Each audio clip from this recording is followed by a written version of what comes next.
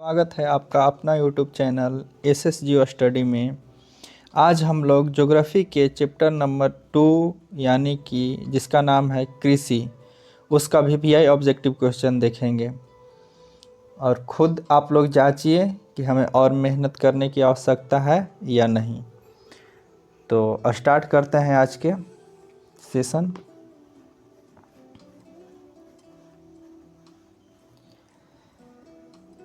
सबसे पहला क्वेश्चन है, भारत में सफल कृषि उत्पादन में कृषि का योगदान कितना प्रतिशत है? तो कितना प्रतिशत है दोस्तों? इसका सही उत्तर हो जाएगा 19.5%। दूसरा नंबर क्वेश्चन देखते हैं, भारत की कितनी प्रतिशत आबादी प्रत्यक्ष या अप्रत्यक्ष रूप से कृषि कार्य में लगी हुई है? तो कितना प्रतिशत लगी हुई है दोस्तों? इसका सही उत्तर हो जाएगा 53.8%। तीसरा क्वेश्चन नंबर देखते हैं, वर्तमान समय में कुल कृषि भूमि का कितना प्रतिशत भाग परती भूमि का है? परती यानी कि वहाँ पे कोई चीज़ फसल नहीं होता है, तो परती भूमि कितना है? तो ऑप्शन नंबर बी इसका सही जवाब हो जाएगा कितना? 5 से 7%। 4 नंबर क्वेश्चन देखते हैं हम लोग, भारत के कुल भूभाग का कितना प्रतिशत भाग मैदानी भाग है? यानी कि कह रहा है इसमें कि भारत का कितना क्षेत्रफल पर मैदानी भाग है? तो इसका सही जवाब हो जाएगा ऑप्शन नंबर बी, कितना? 43%। यहाँ हम लोग देखते हैं कि मैदानी भाग 43% और पर्वतीय भाग कितना है?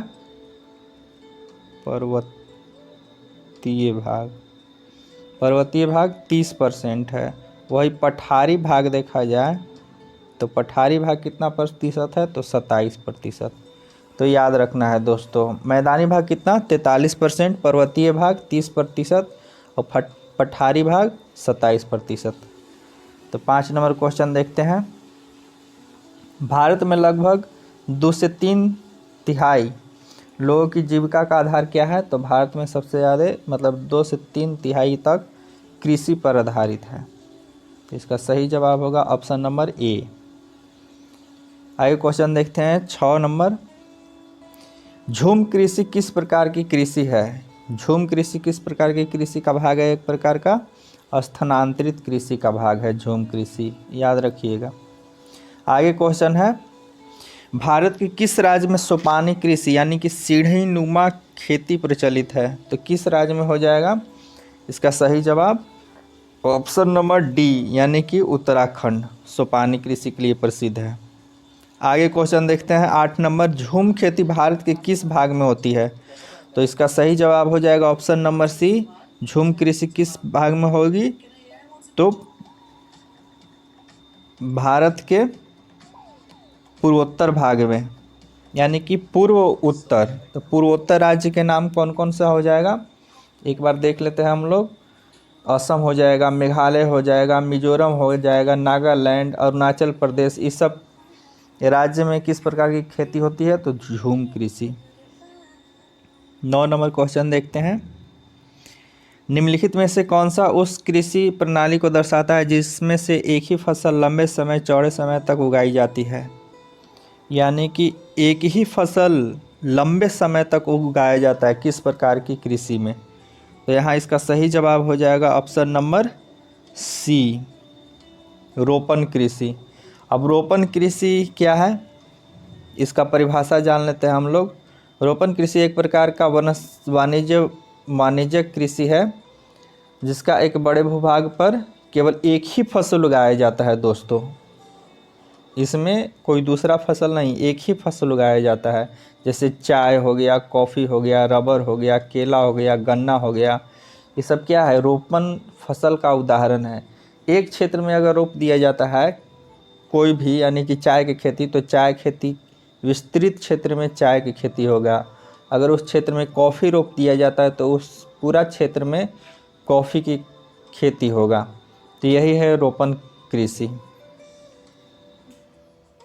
आइए 10 नंबर क्वेश्चन देखते हैं, इनमें से कौन सा यंत्र प्रारंभिक जीविका कृषि कार्य के लिए उपयोगी नहीं है?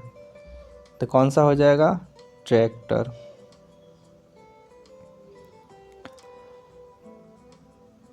ग्यारह नंबर क्वेश्चन देखते हैं, निम्नलिखित में से किस फसल की खेती रोपण कृषि के अंतर्गत की जाती है?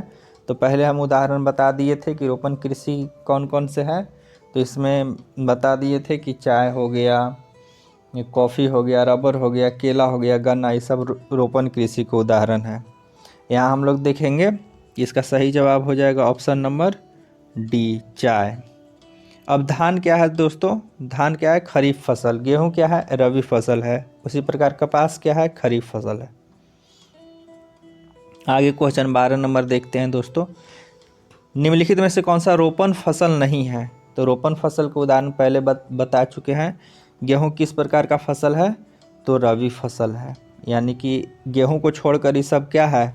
रोपण फसल है। 13 नंबर क्वेश्चन, रबी फसल की बुआई किस माह का आरंभ की जाती है? यानी कि रबी फसल किस महीना में बोया जाता है? तो किस महीना में हो जाएगा दोस्तों? इसका सही जवाब अक्टूबर नवंबर, यानी कि अभी के महीना यानी कि ठंडे के मौसम में किस फसल का बोया जाता है? रबी फसल। अब यहाँ पे रबी फसल के उदाहरण हम पहले ही बता दिए थे कि रबी फसल में क्या क्या आएगा। गेहूं जैसे हो गया, जौ हो गया, चना हो गया, मटर हो गया, सरसों हो गया, ये सब क्या है? रबी फसल का उदाहरण है। इसी में देख लेते हैं हम लोग खरीफ फसल। जैसे खरीफ फसल गर्मी के मौसम में बोया जाता है। तो गर्मी के मौसम में क्या क्या होता है? जैसे कि धान, मक्का, सोयाबीन, बाजरा, ज्वार, कपास, मूंगफली, अरहर, गन्ना, ये सब क्या है? रबी फसल। एक होता है जायद फसल। जायद फसल बोया जाता है, देखिए दोस्तों, जायद फसल जो है खरीफ फसल और रबी फसल के बीच में बोया जाता है। जायद फसल, इसमें पानी की आवश्यकता अत्यधिक होती है। तो अब पानी की आवश्यकता जब अत्यधिक हो रही है तो किस मौसम में होगा? यानी कि जाहिर सी बात है कि गर्मी के मौसम में। तो जायद फसल मुख्य रूप से गर्मी में बोया जाता है। तो जायद फसल का उदाहरण कौन कौन से हो जाएगा? जैसे कि तरबूज, खरबूज, खीरा, ककड़ी, मूंग और अरहर, सूरजमुखी, ये सब क्या है? जायद फसल का उदाहरण है। चलिए दोस्तों आगे देखते हैं 14 नंबर, जायद फसल का उत्पादन किस मौसम में होता है? तो ये आया था क्वेश्चन, इससे पहले हम बता दिए हैं, जायद फसल गर्मी के मौसम में। चलिए 15 नंबर क्वेश्चन है, निम्नलिखित में से खरीफ फसल कौन सा है? खरीफ फसल बता दिए थे, खरीफ फसल के उदाहरण, क्योंकि गर्मी के मौसम में होता है तो इसमें हो जाएगा चावल। अभी देखा जाए तो गेहूं रबी फसल है, सरसों रबी फसल है क्योंकि ठंडा के मौसम में होता है, मटर ठंडा के मौसम में होता है इसलिए रबी फसल है। तो इसका खरीफ फसल का हो जाएगा उदाहरण चावल। आइए दोस्तों 16 नंबर क्वेश्चन देखते हैं, निम्नलिखित में से कौन सा रबी फसल है? तो रबी फसल अभी बता दिए थे कि रबी फसल चना है। चना, मटर हो गया, ये सब रबी फसल हो गया। गेहूं हो गया, रबी फसल हो गया। कपास हो गया खरीफ फसल, चावल हो गया खरीफ फसल, मोटे अनाज हो गया खरीफ फसल। 17 नंबर क्वेश्चन देखते हैं दोस्तों, निम्नलिखित में से खरीफ फसल की फसल कौन सी है? यानी कि खरीफ फसल इनमें से कौन कौन सा खरीफ फसल का उदाहरण है? तो चावल भी देखते हैं कि खरीफ फसल का उदाहरण है, मक्का भी खरीफ फसल का उदाहरण है और कपास भी खरीफ फसल का उदाहरण है, यानी कि इसका सही जवाब हो जाएगा इनमें से सभी। आइए 18 नंबर क्वेश्चन देखते हैं, निम्नलिखित में से कौन सा रबी फसल है? तो रबी फसल पहले ही बता चुके हैं कि रबी फसल का उदाहरण कौन सा है। तो रबी फसल का उदाहरण कौन सा हो जाएगा? गेहूँ। बाकी सब खरीफ फसल है। आगे देखते हैं दोस्तों 19, निम्नलिखित में से कौन रोपण फसल नहीं है? रोपण फसल नहीं है, हम पहले ही बता दिए थे कि रोपण फसल का उदाहरण कौन कौन सा है। या यह रोपण फसल जो है विस्तृत क्षेत्र में होता है, इसको वाणिज्यिक कृषि भी कहा जाता है। तो रोपण फसल कौन कौन हो जाएगा? पहले देखते हैं कि रोपण फसल कौन कौन से हो जाएगा। तो रबर बताए थे कि रोपण फसल है, गन्ना रोपण फसल है, चाय रोपण फसल है। तो यहाँ पे एक धान बच गया। धान कैसा फसल है? धान कैसा फसल है? यानी कि खरीफ फसल। चलिए दोस्तों आगे देखते हैं 20 नंबर क्वेश्चन। भारत की प्रमुख खाद्यान्न फसल कौन सा है, यानी कि भारत की प्रमुख खाद्यान्न यानी कि खाने वाला फसल कौन सा है, तो धान। 21 नंबर क्वेश्चन देखते हैं। चावल है, चावल किस प्रकार का फसल है दोस्तों, तो पहले ही बता चुके हैं, खरीफ फसल का उदाहरण है चावल। अब 22 नंबर क्वेश्चन देखते हैं। भारत के धान की खेती के सबसे अधिक कहाँ पाया जाता है, तो धान की खेती सबसे अधिक पाया जाता है किस राज्य में, तो पश्चिम बंगाल में। इसका सही जवाब हो जाएगा option number A. 23 number question. किस राज्य में धान के सिंचित क्षेत्र अधिक मिलते हैं, यानी कि धान के लिए सबसे अधिक क्षेत्र किस राज्य में मिलता है, तो तमिलनाडु राज्य में मिलता है, यानी कि ऑप्शन नंबर बी। आगे है, गेहूं के उत्पादन में भारत विश्व में कितना स्थान है, तो गेहूं के उत्पादन में भारत विश्व में कितना स्थान है, दूसरा स्थान है। पहला स्थान पर क्या है दोस्तों, चीन। आगे क्वेश्चन देखते हैं 25। इनमें से गेहूं का प्रमुख उत्पादक राज्य नहीं है, यानी कि इनमें से कौन सा गेहूं का उत्पादक राज्य नहीं है, तो जानते हैं कि उत्तर प्रदेश सबसे अधिक है गेहूं का उत्पादन, मध्य प्रदेश में भी गेहूं होता है और राजस्थान में भी होता है। तमिलनाडु बताए थे दोस्तों किसके लिए प्रसिद्ध है, किस फसल के लिए, तो ये है धान के लिए। आगे क्वेश्चन 26 नंबर देखते हैं। गेहूं फसल है, गेहूं किस प्रकार का फसल है, तो रबी फसल। आगे देखते हैं 27 नंबर क्वेश्चन। निम्नलिखित में से कौन मोटे अनाज की फसल नहीं है, मोटे अनाज की फसल कौन सा नहीं है, तो गन्ना। गन्ना कोई अनाज नहीं है, ये वाणिज्यिक फसल है, इसलिए ज्वार जो है मोटे अनाज की फसल है, बाजरा मोटे अनाज की फसल है, रागी मोटे अनाज का फसल है। अब देखते हैं दोस्तों 28 नंबर क्वेश्चन। भारत में ज्वार की सबसे अधिक खेती कहाँ होती है, तो ज्वार की सबसे अधिक खेती कहाँ बताए थे, महाराष्ट्र में। सबसे अधिक ज्वार की खेती महाराष्ट्र में। चलिए 29 नंबर क्वेश्चन देखते हैं। भारत में बाजरा की सर्वाधिक खेती कहाँ होती है, तो भारत में बाजरा की सर्वाधिक खेती होती है राजस्थान में। इसका सही जवाब ऑप्शन नंबर सी। आगे क्वेश्चन है 30। दाल किस पौष्टिक अंश का स्रोत है, तो दाल किस पौष्टिक अंश का स्रोत है दोस्तों, ये हम बता दिए थे, क्लास में बता चुके थे। तो दाल हमको प्रोटीन मिलता है, दाल से प्रोटीन मिलता है। और आगे देख लेते हैं, ऊपर दिया है पहला कार्बोहाइड्रेट, मतलब कार्बोहाइड्रेट क्या खाएंगे, तो यानी कि अनाज। अनाज में जैसे कि दाल, अनाज में जैसे कि चावल हो गया, गेहूं हो गया, ये सब में कार्बोहाइड्रेट मिलेगा। अब देखते हैं, हाँ प्रोटीन हो गया। विटामिन डी, विटामिन डी किस में मिलेगा दोस्तों, तो विटामिन डी के लिए सबसे अच्छा स्रोत है सूर्य के प्रकाश।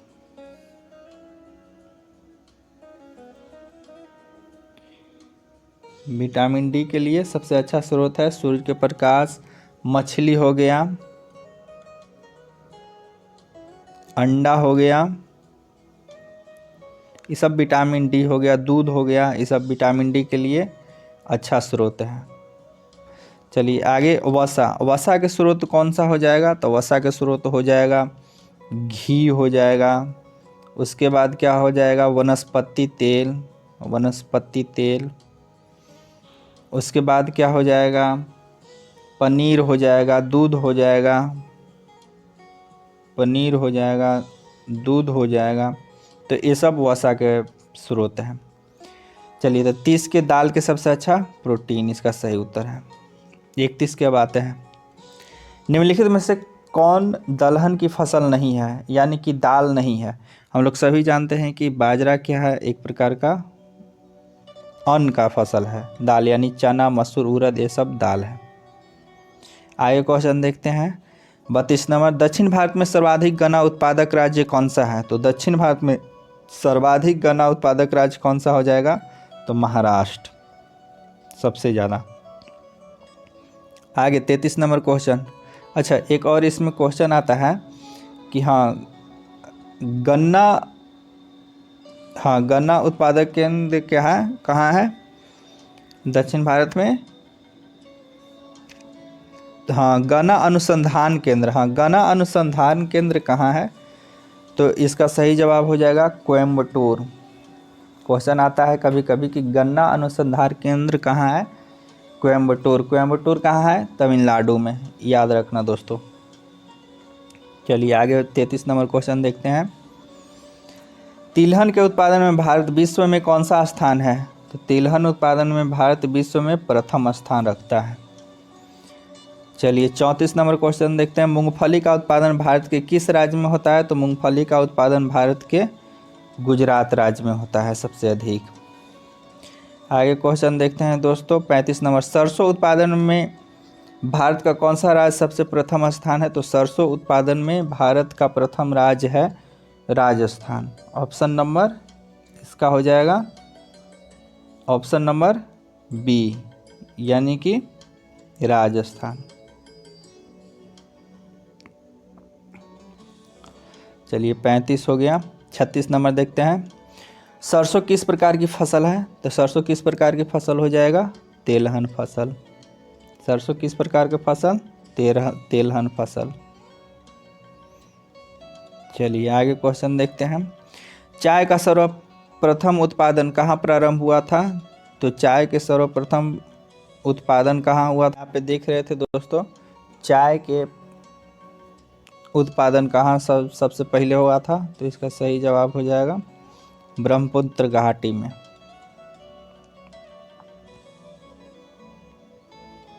चलिए 38 नंबर क्वेश्चन देखते हैं। अधिक दिनों तक वर्षा का वियोग सहना किस फसल के लिए घातक हो सकता है? यानी कि वर्षा ज़्यादा होगा तो वो फसल क्या हो जाएगा? नष्ट हो जाएगा। तो किस फसल के लिए? तो चाय के लिए। आगे क्वेश्चन नंबर देखते हैं 39 क्वेश्चन नंबर। किस फसल की खेती के लिए ढालू भूमि की आवश्यकता होती है? तो इसका सही जवाब हो जाएगा ऑप्शन नंबर सी, यानी कि कहवा की खेती के लिए, कॉफ़ी की खेती के लिए ढालू भूमि की आवश्यकता होती है। 40 नंबर क्वेश्चन देखते हैं। चाय में किस प्रकार की उपस्थिति के कारण ताजगी महसूस होती है, यानी कि अच्छा लगता है? तो किस प्रकार के होता है? तो चाय में उपस्थित रहता है थीन के कारण, और कॉफ़ी में कैफीन के कारण। चलिए आगे देखते हैं। विश्व में चाय का सबसे बड़ा उत्पादक देश कौन सा है? तो चाय के लिए सबसे पहला उत्पादक देश कौन सा है? चीन। और दूसरा स्थान पर कौन सा है? तो भारत। आगे क्वेश्चन देखते हैं दोस्तों। भारत में सबसे अधिक चाय का निर्यात किस पतन द्वारा किया जाता है? तो चाय का सबसे अधिक निर्यातक किस पतन द्वारा किया जाएगा? तो इसको कोलकाता पतन द्वारा किया जाता है सबसे अधिक चाय का निर्यात। आगे देखते हैं दोस्तों 43 नंबर। निम्नलिखित में से कौन सा पेय फसल है, यानी पीने वाला? तो सभी को पता है कि ये चाय और कॉफ़ी है। 44 नंबर क्वेश्चन देखते हैं। निम्नलिखित में से कौन सा एक कॉफ़ी की किस्म नहीं है? तो इसका सही जवाब हो जाएगा यूरेबिका। बाकी तीनों कॉफ़ी का प्रकार है। आगे पूर्वोत्तर भारत में कॉफ़ी उत्पादन में अग्रणी राज्य कौन सा है? तो पूर्वोत्तर भाग में अग्रणी कॉफ़ी उत्पादन में हो जाएगा इसका सबसे सही जवाब option number D, Tripura.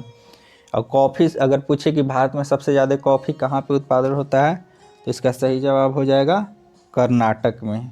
Coffee उत्पादन में कहाँ हो जाएगा? कर्नाटक में। आगे क्वेश्चन नंबर देखते हैं दोस्तों। भारत में कहवा का सबसे बड़ा उत्पादक राज्य कौन सा हो जाएगा? तो कहवा का सबसे बड़ा उत्पादक वही कॉफ़ी, कहवा मतलब कॉफ़ी, कौन सा हो जाएगा? कर्नाटक। क से कॉफ़ी, क से कर्नाटक। 47 नंबर क्वेश्चन देखते हैं दोस्तों। भारत में बागानी कृषि की शुरुआत कब हुई थी? तो भारत में बागानी कृषि की शुरुआत हुई थी 1880 में।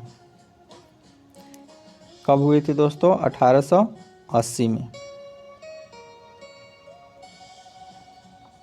48 नंबर क्वेश्चन देखते हैं। निम्नलिखित कौन सी फसल बागानी फसल नहीं है? बागान यानी बागान किसको लगाते हैं हम लोग? आम के लगेबे करते हैं, संतरा के लगेबे करते हैं, केला के लगाते हैं बागान, लेकिन कपास के बागानी फसल नहीं है। ये क्या है? वाणिज्यिक फसल है। 49 नंबर क्वेश्चन देखते हैं। भारत में किस फल का उत्पादन सबसे अधिक होता है? तो कौन सा फल का उत्पादन सबसे अधिक होता है? केला। केला सबसे अधिक भारत में उत्पादन होता है। आम के उत्पादन में भारत का विश्व में कौन सा स्थान है? तो आम उत्पादन में विश्व में प्रथम स्थान रखता है भारत। 51 नंबर क्वेश्चन देखते हैं दोस्तों।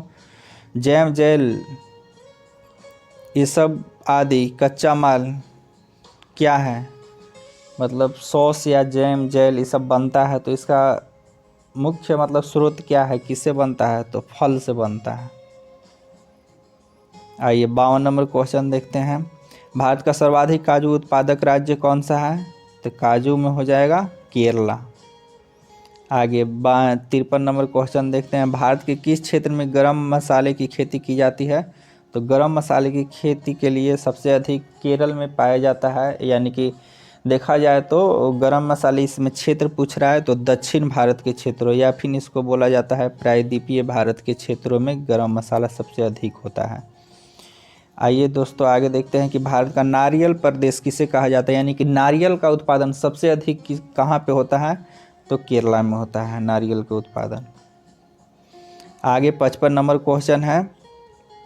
इनमें से कौन सी फसल रेशेदार फसल है? रेशेदार फसल का उदाहरण कौन सा बताए थे? जूट फसल, यानी कि रेशा वाला फसल, यानी कि रेशेदार फसल जूट हो गया। मकई तो ये सब जानवे करते हैं, खरीफ फसल, गेहूँ रबी फसल, बाजरा खरीफ फसल है, तो ये जूट हो जाएगा रेशेदार फसल। 56 नंबर क्वेश्चन।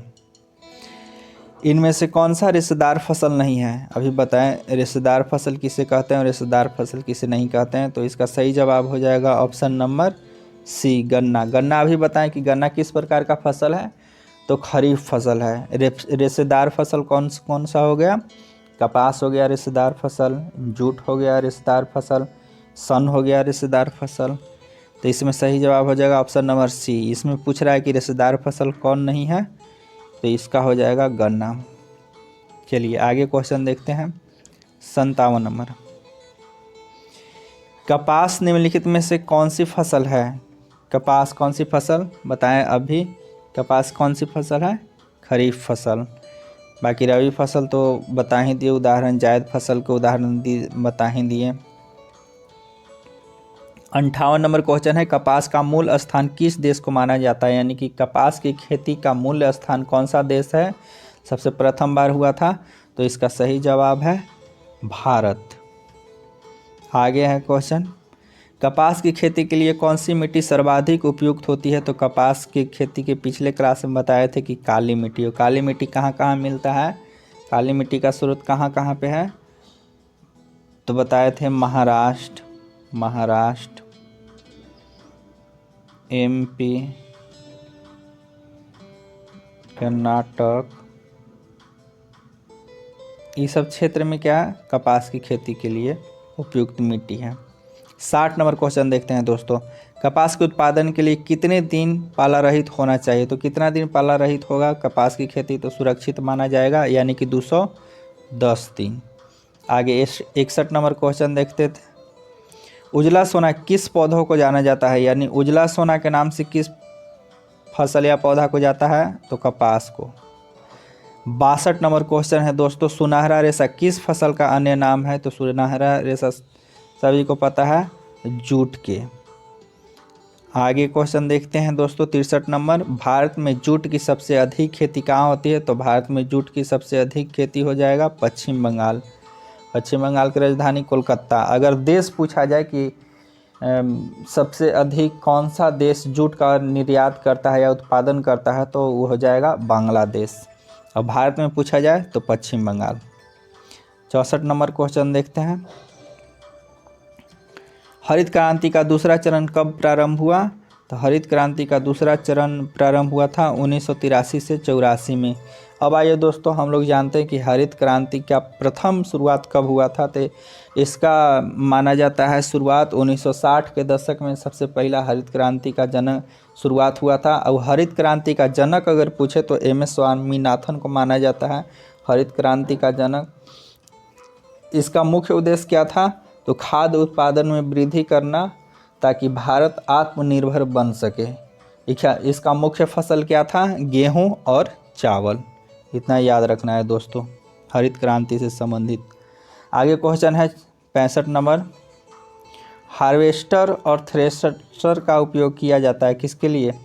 तो सभी को पता है हार्वेस्टर और थ्रेशर का उपयोग कृषि कार्य के लिए किया जाता है। 66 अंतर्राष्ट्रीय फसल अनुसंधान केंद्र कहाँ स्थित है? इसका सही जवाब हो जाएगा ऑप्शन नंबर बी, हैदराबाद। 67 नंबर क्वेश्चन है, केंद्रीय शुष्क क्षेत्र अनुसंधान संस्थान कहाँ है? इसका सही हो जाएगा option number A, Jodhpur. Jodhpur यानी कि राजस्थान में पड़ता है। 68 नंबर क्वेश्चन देखते हैं दोस्तों, भारतीय कृषि की असफलता का एक प्रमुख कारण क्या है? तो इसका एक प्रमुख कारण है अनियमित वर्षा, यानी समय पर वर्षा नहीं होना, यानी मानसून का समय पर नहीं आना। आगे क्वेश्चन है दोस्तों 69, सरकार निम्नलिखित में से कौन सी घोषणा फसल की सहायता देने के लिए करती है? तो कौन सी योजना करती है? न्यूनतम सहायता मूल्य। आगे है 70 नंबर क्वेश्चन, दूध उत्पादन में विश्व में भारत का कितना स्थान है? यानी कि दूध के उत्पादन में भारत कितना स्थान रखता है? तो इसका सही जवाब हो जाएगा ऑप्शन नंबर ए, प्रथम स्थान रखता है। 71 नंबर क्वेश्चन है, ऑपरेशन फ्लड किससे संबंधित? तो ऑपरेशन फ्लड का संबंध है डेयरी विकास या दूध उत्पादन से। ऑपरेशन फ्लड, बाढ़ से नहीं समझना दोस्तों, यहाँ ऑपरेशन फ्लड, फ्लड मतलब बाढ़ होता है, कोई कोई मार देता है, बाढ़ से संबंधित है। तो यहाँ पे ध्यान रखना है कि ऑपरेशन फ्लड किससे संबंधित है? तो दूध उत्पादन से। आगे देखते हैं दोस्तों 72 नंबर, ऑपरेशन फ्लड का दूसरा नाम क्या है? तो ऑपरेशन फ्लड का दूसरा नाम क्या बताए थे? श्वेत क्रांति। एक और आता है प्रश्न कि श्वेत क्रांति का संबंध किससे है? तो दूध उत्पादन से। चलिए 73 नंबर क्वेश्चन देखते हैं, दूध उत्पादन से संबंधित ऑपरेशन फ्लड 2 नामक योजना कब प्रारंभ किया गया था? तो दूध उत्पादन से संबंधित ऑपरेशन फ्लड 2 यानी कि किया गया था 1981 में। इसका एक और क्वेश्चन है कि दूध उत्पादन में जैसे कि ऑपरेशन फ्लड की शुरुआत कब किया गया था? तो 1970 में। इसका सही जवाब ऑपरेशन फ्लड संबंधित फर्स्ट यानी कि पहला तो कब किया गया था? 1970 में। ये पूछ रहा है कि ऑपरेशन फ्लड 2 यानी कि 1981 में। चलिए दोस्तों, तो बस इतना ही था आज के सवाल 73 गो। कितना इसमें आप लोग सही किए हैं वो कमेंट बॉक्स में बताइएगा। इसमें देखिए कि आपको और मेहनत करने की आवश्यकता है या नहीं मेहनत करने की आवश्यकता है। आप देखिएगा कि 73 गो में आप लोग कितना इसमें स्कोर किए हैं और कमेंट बॉक्स में इसका उत्तर दीजिएगा। Thank you.